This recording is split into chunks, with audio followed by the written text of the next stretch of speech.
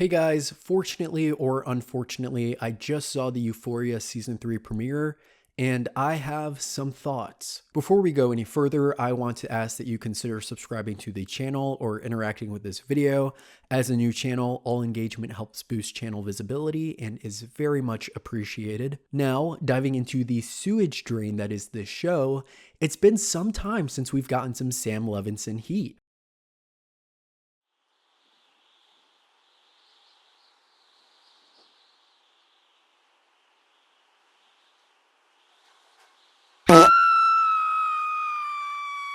And even longer since the last season of Euphoria, which came out as I was rising into the 3rd grade. Now I'm pushing 40 and still somehow eligible to be drafted into a war.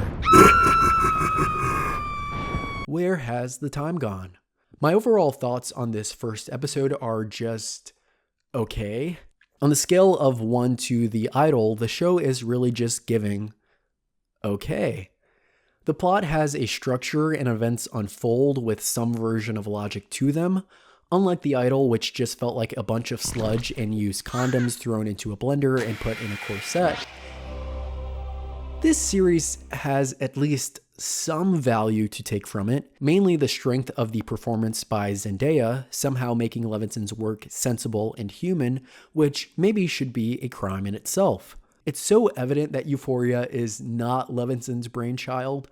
Levinson certainly is a great director of the camera and performances, but it's very clear that after Petra Collins' influence faded off of season 1, the series has only gone downhill ever since. It's like when the Game of Thrones writers ran out of books to follow. Levinson is very much the dark and creepy version of Zack Snyder. In their best forms, style prioritized over substance. At their worst, content that stands only on the merits of its style with very little substance at all. Where Zack seems like a nice guy who just has rock and roll out their ideas, Levinson's are borderline obscene and concerning. Throughout watching this whole episode, I just found myself asking, why? In basic, the show does a 5-year time jump from the previous season, which makes sense as many of the original pieces and players have been removed from the equation, either through circumstance or behind the scenes drama. Rather than have to narratively justify a huge change in cast, it's like, let's just kind of change everything. It's like swiping a jewel from someone's vanity versus ransacking the whole house and tossing things around. You can't really tell what's missing when nothing's in its right place. Rue is now a drug runner following up on the plotline from season 2 that seemed to be completely forgotten at the end of season 2, and everyone else is involved somehow in the sex work industry. Not even kidding. You know, the famous 2 genders you can choose from post-high school, drug mule or OnlyFans model. Euphoria has always been a high-end melodramatic reality, but come on, you mean no one's a nurse? No one's just working at the local insurance firm or a Raising Cane's? To the show's somewhat credit, I did at least find the whole balloon swallowing rundown gross and effective. I'm sure it's not the first and likely most sincere and sophisticated presentation of the matter on film, but as someone who doesn't do much research on the subject, it was interesting to learn how fentanyl is smuggled into the country. There, it felt like the content of the show at least had some purpose. Obviously, the seeds towards this are existent, with the whole show being about Rue's struggle with addiction, so oddly her Narcos turn feels the least absurd. I also found the crisis of faith element to be engaging. The Uber scene with the CD and the gay passenger was actually pretty funny. It's also the most honestly handled subject matter the show is presenting, with so many people able to relate to the feeling of being lost and spiritually chopped post-high school, stuck in an unsatisfactory job and lifestyle in our digital age. How many people haven't dreamed of running away to a farm somewhere and throwing away the phone? Obviously, though, with this being Euphoria, the storyline has to be saturated and turned up to a 23. But still, I feel like most of this is all a lot, even for Euphoria standards. In the first season of Euphoria, the melodrama seemed to be more of an externalization of the internal drama of being young, whereas this just feels like fantasy, parody. On that note, my biggest reflection on all of this is that it feels like this show could have been its own thing. It feels like Euphoria in name only. This could have been Sam Levinson's brand new original follow-up to The Idol, and nothing would be amiss. other than it being Sam Levinson's brand new original follow-up to The Idol. Nothing here really feels like a natural progression from the previous seasons, and the characters feel close to their previous selves in name and performer only. The craftsmanship is fine, but the writing tends to be quite insufferable. There's so many blatant exposition dumps. For example, when updating the audience on Fez's whereabouts, they take it upon themselves to spell out, "He's in prison for 30 years." When I'm 90% sure most people could infer that from the ending of the last season, and based on the beginning lines of Zendaya saying, "Did you call him? He's not going anywhere soon, wink wink." Of course, that's a minor gripe with dialogue, but it's representative of a larger problem with the unconfident writing. Things are just splashed on the page without proper development or earnest presentation.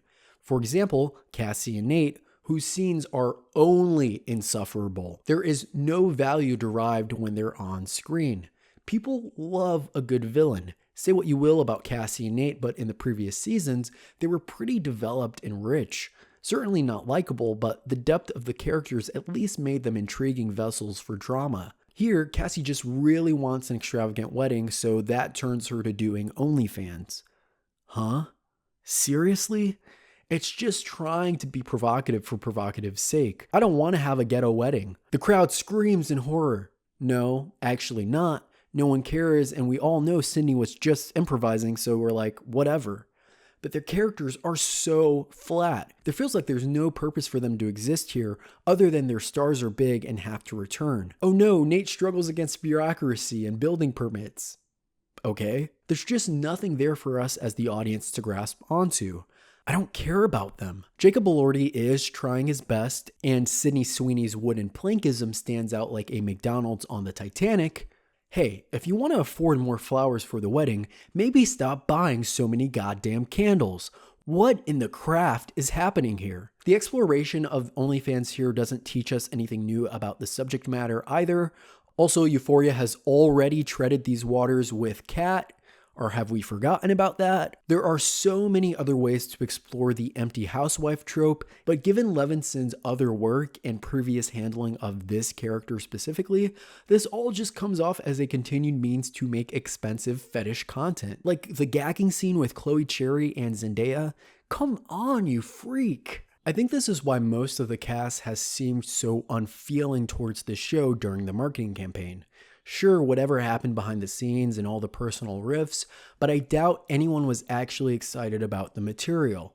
It seems like this was just one big payday and they're all hoping it ends here. Also, I have to say it, the lack of Labyrinth is very noticeable, extremely so. Hans, you're letting me down, my boy. It's like all of the undertones that kept some semblance of continuity for the show have just evaporated. Even the change in cinematography, which I understand the intention behind, but I think it has this inverse intention of stripping the show of its personal, experiential quality. Maybe if we were more with Rue and company through the camera, maybe things would feel different. The whole Western thing feels odd. It feels like an identity crisis. This isn't Euphoria does the Western, but something else, something muddled. I used this word again, but it feels like parody and not the insightful kind. It feels like a decision made on the whim, pulled from a hat of tricks, rather than a logical reinvention. As well, it's really hard to reinvent the Western. They could at best probably have infused some of the tropes into the style of Euphoria, but again, it's just like they're in this limbo of sorts. Euphoria is suffering from the same exact illness every other big TV show succumbs to. As the show and stars' name recognition expands, budgets become bigger, and the series looks to level up, the final seasons move so far away from the charm of the original season. Stranger Things and Euphoria are botched plastic surgery siblings, similarly unrecognizable slop. With that all said, I think I'll finish out this season to see where it goes and to make content off of it, although the feeling that was in my chest after immediately watching, and even right now after marinating with the episode a little bit, is not me finishing off being like, wow, I really need to see what happens next week. Anyway, that's it for this video. Make sure to drop a comment letting me know your thoughts on this new season of Euphoria. What's working? What needs to be burned? Where do you think the rest of the season will go from here? No lie, this Fast and Furious transformation for Euphoria is so bad that if they ended up in space or in a submarine somewhere, I'd just be like, okay. Also, make sure to drop a like, subscribe to the channel, and share this video. I've been appreciating the love and engagement on the recent videos. We have so much more coming out in the coming weeks, so stay tuned. Other than that, I'll see you guys in the next one. Thematic signing out.